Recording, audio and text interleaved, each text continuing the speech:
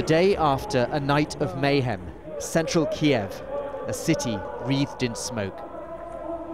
The government and protesters equally determined not to give way.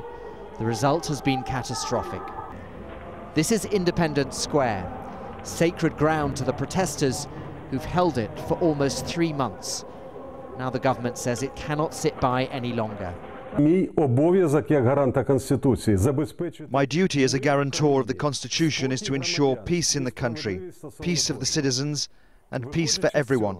Therefore, I'm again calling for the opposition leaders, who claim to also want a peaceful resolution, to immediately separate themselves from the radical forces that provoke bloodshed and clashes with security services. The nighttime pictures show a brutal fight. Police tried to force their way into the square with an armoured vehicle, with stun grenades and rubber bullets. And protesters responded with whatever they could lay their hands on: fireworks, bricks, stones, bottles, Molotov cocktails. And the pictures also show the casualties.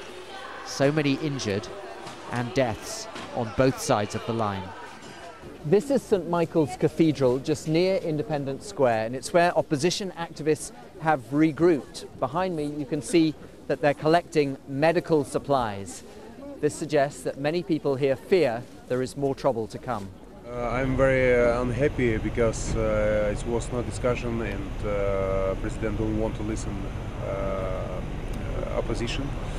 They don't want to listen, and just one way is opposition and all protesters have to stop protest, have to stop the demonstration, is it.